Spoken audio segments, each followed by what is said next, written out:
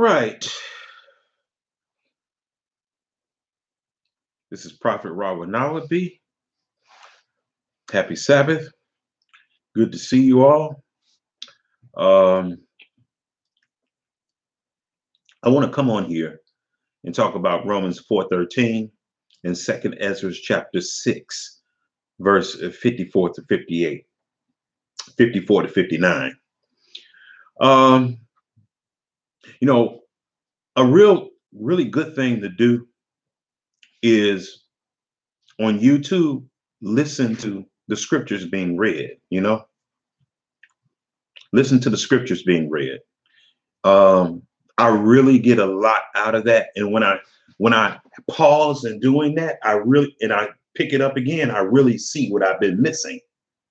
I really miss it because it's just so it's like a spiritual catharsis to me. And yeah, it really helps the mind. It really gives you a focal point, when you're having a lot of problems and stuff in life. It takes your mind higher, you know, and yeah, I really enjoyed it. So I was doing this today and I was listening to the book of Romans, and I can't tell you how many times I've listened to the book of Romans, but it's like every time I listen to it, it's like, wow, look at all this stuff that's in here. I mean, what was I listening to? You wonder how you miss all these things, but that's just how the word of Yahuwah is. In different parts of your life, the word, it cuts you, it applies to you, it heals you, it soothes you in different ways, in different times, in different seasons in the life.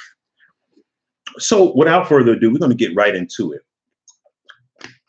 Now, we're going to start at Romans chapter 4, verse 11. And he received the sign. Now, let's go down a little bit. Verse 8, go up a little bit. Blessed is the man, Romans 4:8. Blessed is the man to whom Yahuwah will not impute sin. Impute, count sin, register sin. Cometh this blessedness. Then, so this lets you know that all have sinned, because it says, blessed is the man whom Yahuwah will not count, will not impute sin. So this lets you know that everybody has sinned, but some people's sins are going to be cleansed.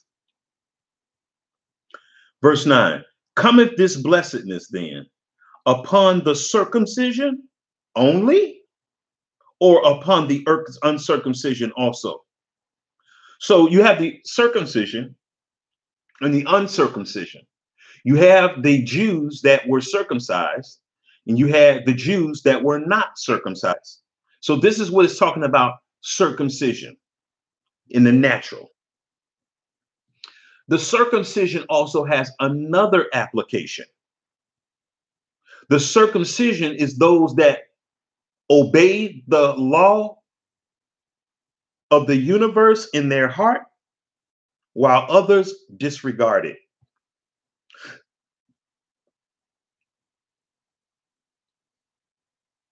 Okay, now let's keep going.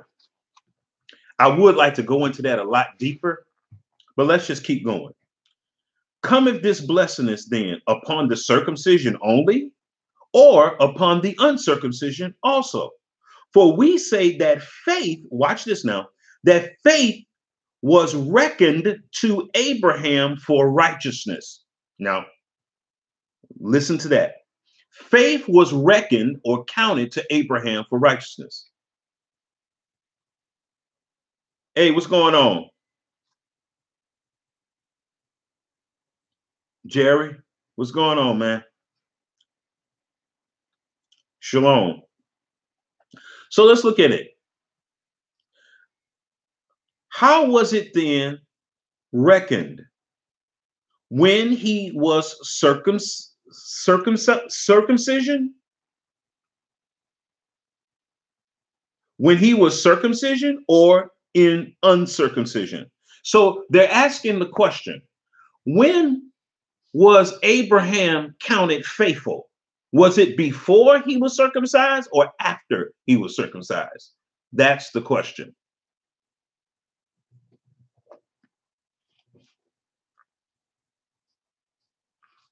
Now look at this.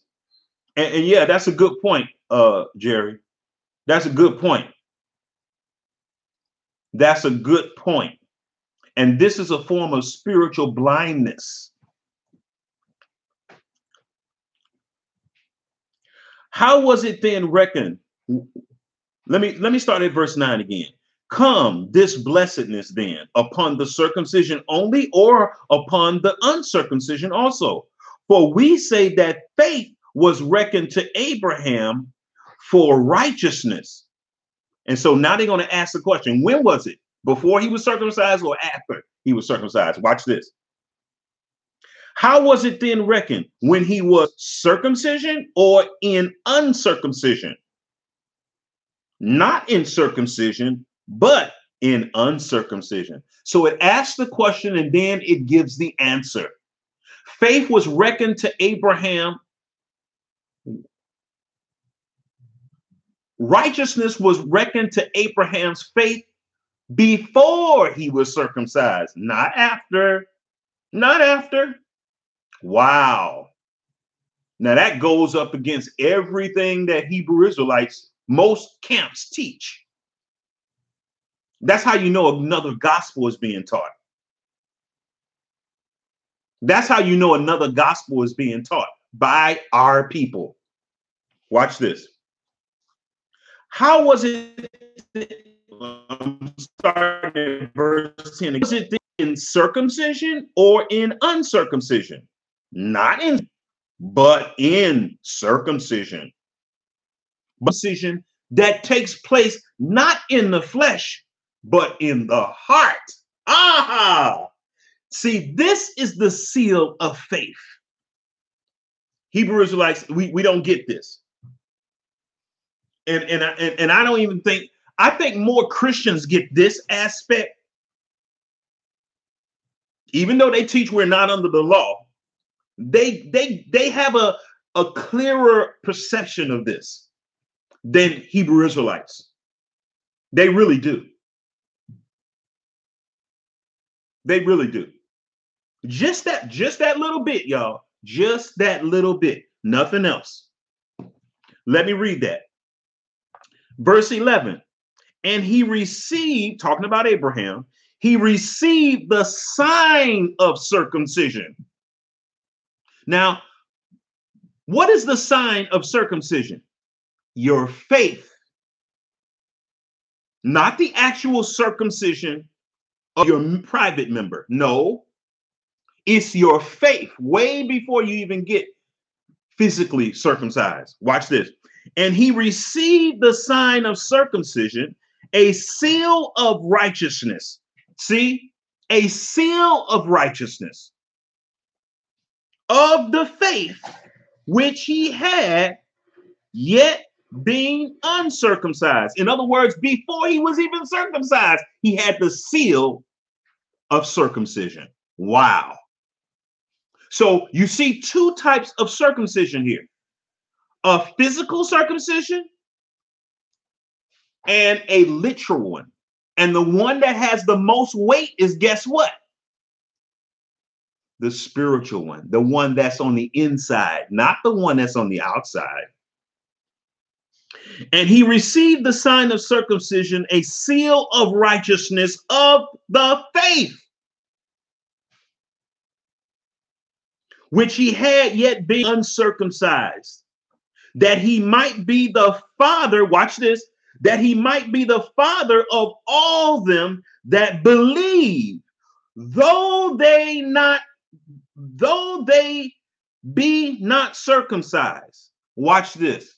You will have Israelites that will tell you and brag that they've been circumcised. They were circumcised at the appropriate time, the right number of days. But guess what? You will never hear them brag about how they were circumcised in their heart.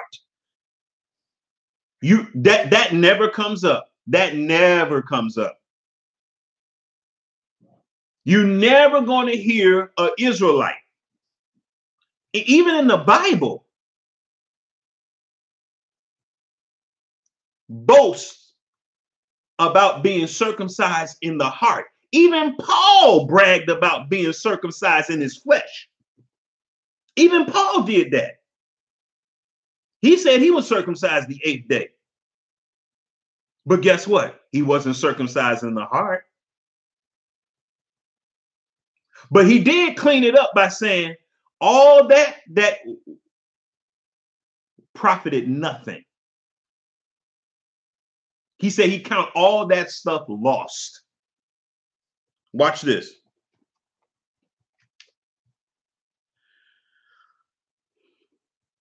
He might be the father of all them that believe, though they be not circumcised, that righteousness might be imputed unto them also. Watch this, verse 12. Verse 12. And the father of circumcision to them who are not of the circumcision only, but who also walk in the steps of that faith. Now, Hebrew Israelites are going to tell you, yeah, this is only talking about Israelites. No, it's not. It's talking about any nation that submits to the nation of Israel and the God of Israel. You can't have one without the other. So if any other nation is submitting to the God of Israel, truly, guess who they have to submit to? They're going to be in submission to the nation of Israel. Why? Because we are the nation of priests and kings. That's how you know all these other churches are of the devil. They say they serve God, but they don't pay no attention to his children. As a matter of fact, they say that they replace the children of Israel with their replacement theology. You see?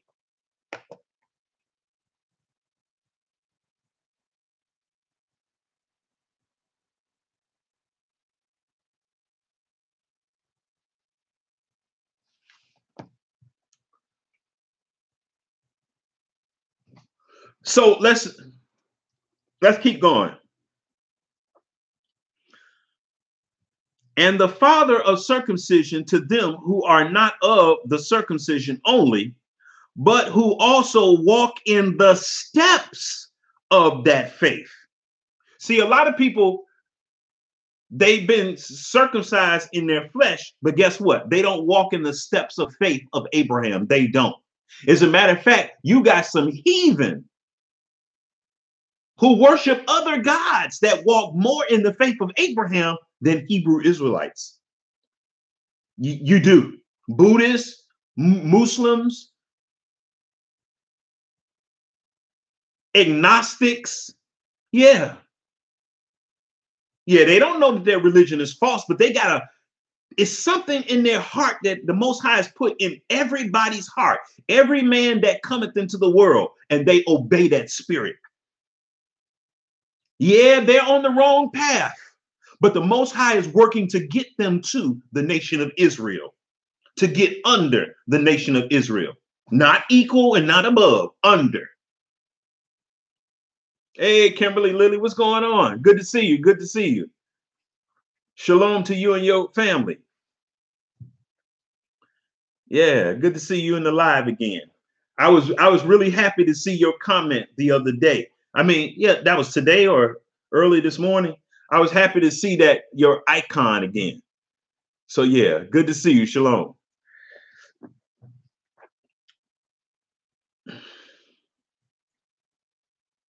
So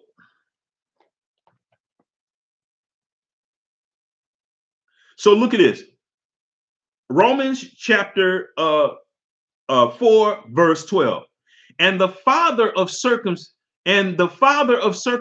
to them, watch this. See, he's not even the father of circumcision to all them that been circumcised. He's only the father of circumcision to those who what? been circumcised in the heart. Ah, see, these are the kinds of things that Hebrew Israelites really don't get into. They really don't get into this. They call this kind of talk that I'm doing Christian talk. No, it's not. No, it's not. You're never going to hear a Christian saying that all nations should get under Israel like I teach. You're never going to hear a Christian say that. They got to get under Israel and worship the Most High. That's what they have to do, because we are above what? All nations on the face of the earth. If we're above all nations on the face of the earth, guess what that means all other nations got to do? They got to get under us to worship the Most High. Period. It's just logic I'm using, y'all. Logic and scriptures. That's it, y'all. If Israel is above all nations on the face of the earth, that means all nations has to get under Israel to worship the Most High. It's no other way to look at that. When he said, when you diligently keep my commandments, he said, I will make you the head and not the tail. That means all other nations going to be the what? Tail. He said you will be above only and not beneath. When he says not beneath, you're not going to be underneath anybody. No nation of people are you going to be under. We diligently hearken unto the voice of the Lord, our God, our Elohim, Elohim.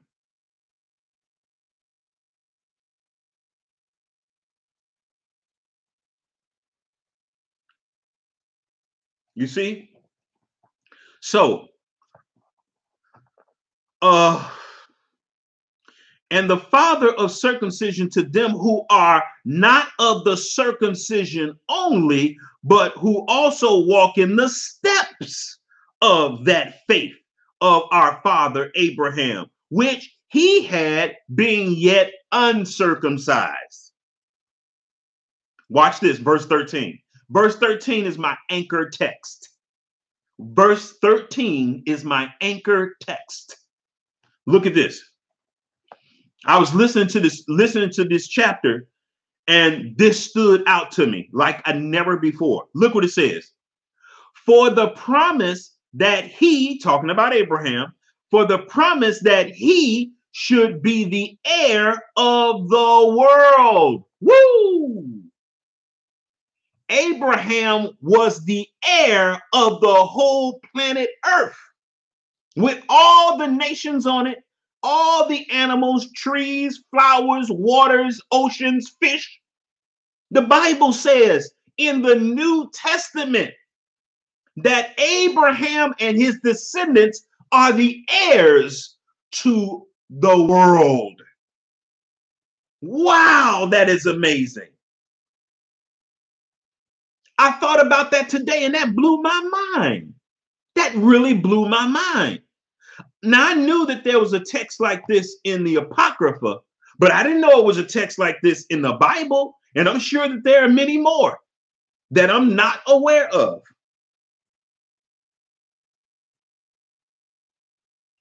Now, look at this. It says, verse 13.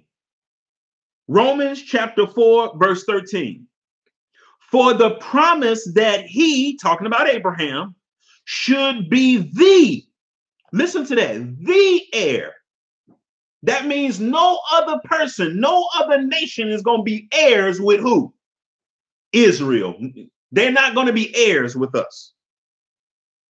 They're going to be benefactors, but they're not going to be the exclusive heirs. This says the heir, the definite article.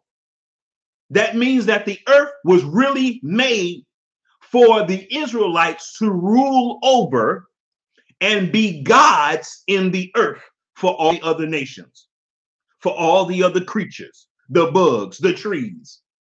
We are the gods, small G-O-D, small Elohims for all other nations. So they can't get this type of faith.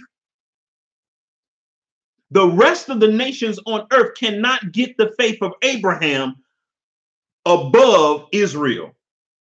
outside of if they can't do it. How do I know that? Well, I just read it to you. Listen to this. For the promise that he should be heir of the world. Through what? Faith. The circumcision of the heart. That's how he's going to be heir of the world.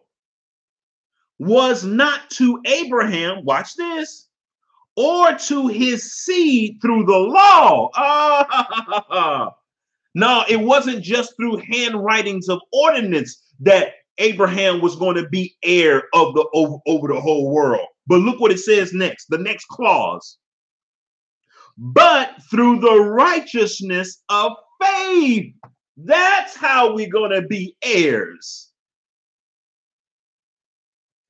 Is this making sense to anybody? Is this making sense to anyone? Is this any questions? Good, good. That's all I need is one person. So I want to read that verse 13 again, because a lot of times when you're reading Old English, people think, it kind of messes their head up. So let me read that again.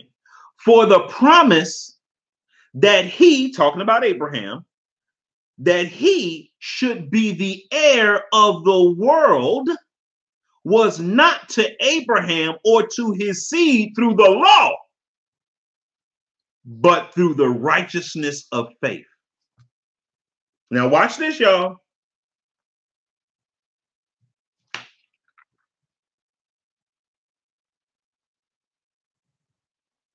When you have the righteousness of faith, guess what you're going to do? You're going to keep God's law.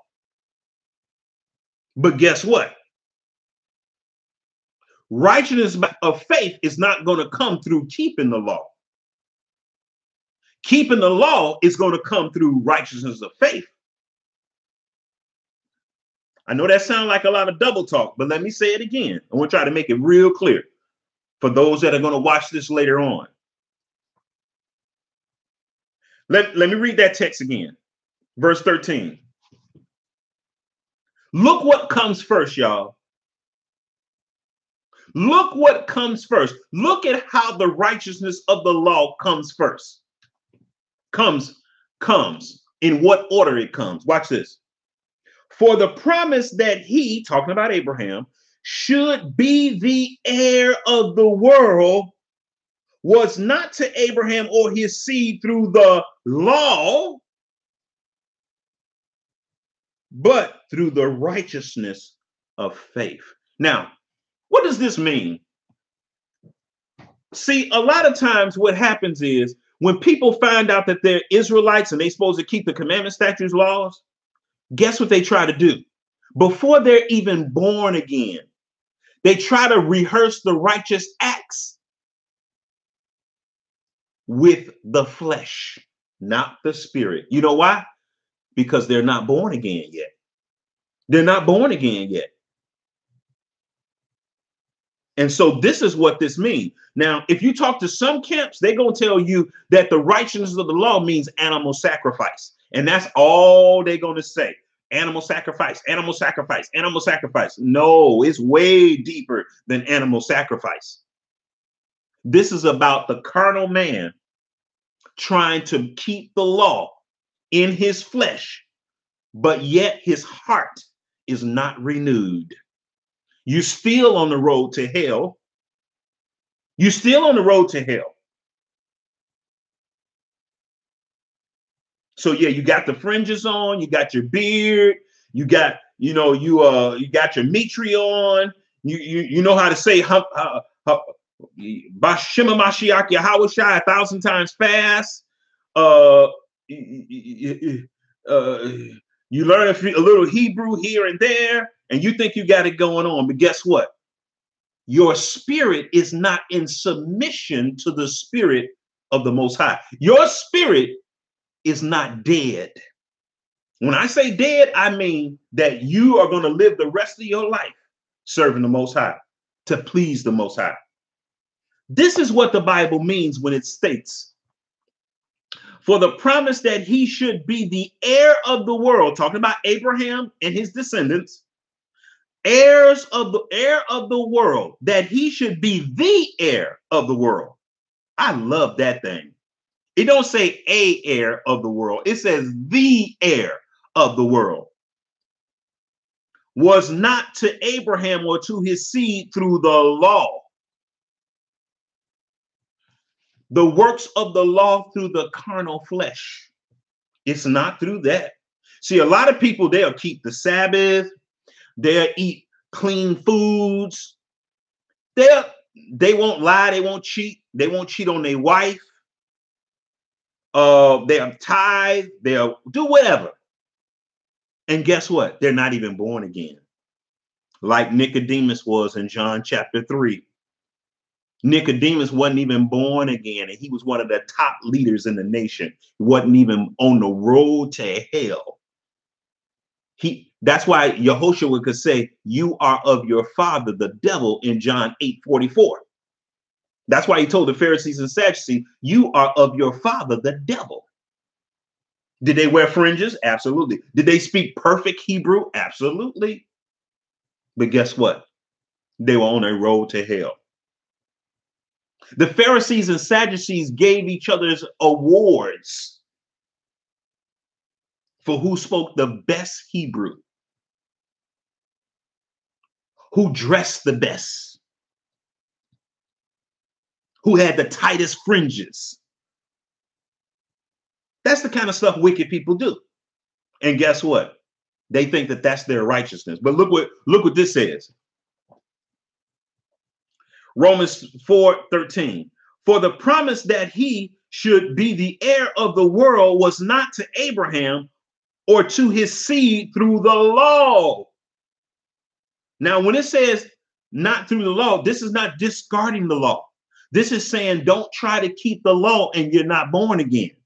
You have to be born again to keep the law, because the carnal man is not subjected to the law of God, neither indeed can be. Why? Because spiritual things are spiritually discerned. The law is not made for wicked Israelites. It's not.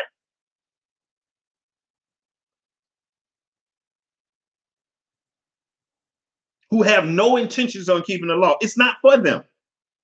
They hate God. They hate his character. Now, they'll put on a good show. They'll learn a lot of scriptures. They'll wear fringes. They'll keep their beard nice and tight. They're on the way to hell. They speak fluent Hebrew, on the way to hell. I don't care. Never eat an unclean thing in their life, on the way to hell. Why? They not changed here.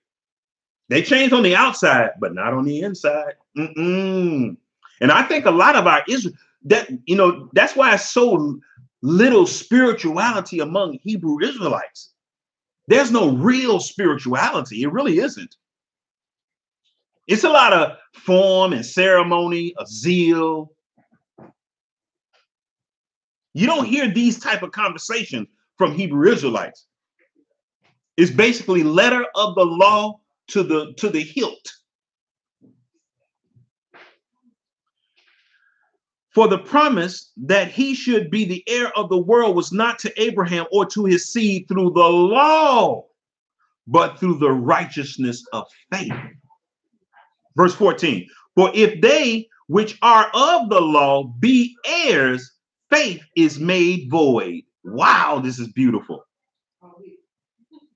For if they which are of the law be heirs, heirs of what? It already told you in verse 13, heirs of the whole world. If wicked Israelites who do the forms of the law, if righteousness is through that, guess what it says? It says faith is made void.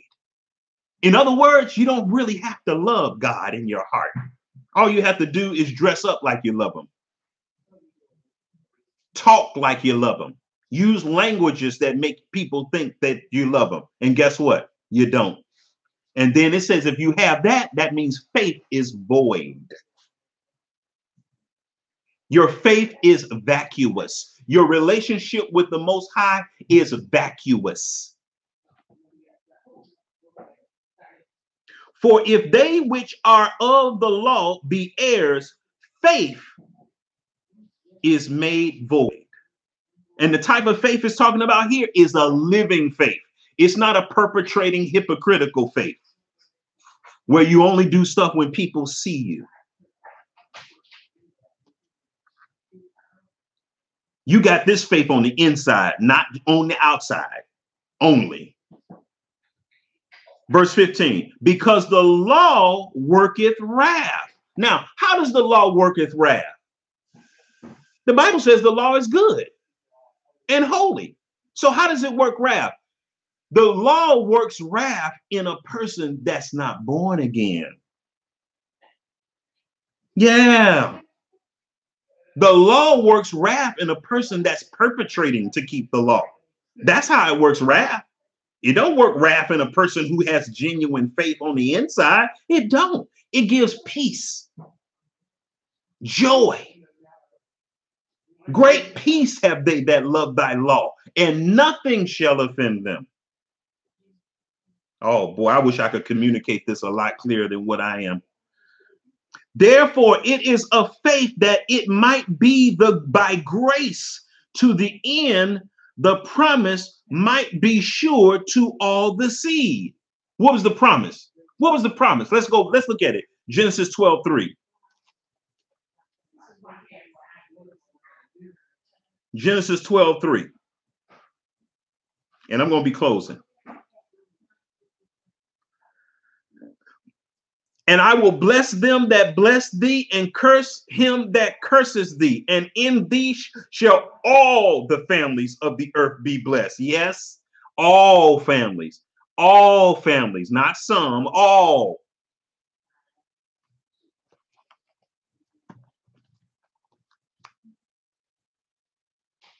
Therefore, it is of faith that it might be by grace to the end the promise might be sure to all the seed, not to that only which is of the law, but to that also which is of faith. Abraham, who is the father of us all. As it is written, I have made thee a father of many nations, before him whom he believed, even God, who quickeneth the dead and calleth those things which be not as though they were. But anyway, so I'm going to stop right there. I hope this has been a blessing to you. I hope you have a lot more clarity. This is, there was something I wanted else to read, but I just didn't get to. And it's 2 Esdras chapter 6, verse 54, just to prove even more that the world was made for the Israelites. Like the Bible says in Romans chapter 4, verse 13. And after these, Adam also, whom thou madest Lord over all thy creatures, of him we all, and the people also whom thou hast chosen. All this I have spoken before thee, O Yahuwah, because thou hast made the world for our sakes. Romans 4:13 says that the world was made for, we are the heirs. The Israelites are the heirs of the world. And right here it says the world was made for our sake. Was it only made for Israelites to live on? No, the world wasn't made only for Israelites to live on. Look at all the other nations that are on the earth. The world was made for Israelites to rule over. That's what the earth was made for. It was made for all nations to live on, but was only made for Israelites to rule on as priests, kings, and gods. So just when you thought you was nothing, Israelites, just when you thought you was nothing, guess what? The Most High made made us the gods, little g, of the earth. Okay? Teach that to your children. Teach that to your friends. Teach that to your enemies. This is Prophet Rawanawa will be signing out, saying happy Sabbath. You all have a wonderful week. And I hope you enjoyed this word and it fed your soul. You all have a good night. Shalom.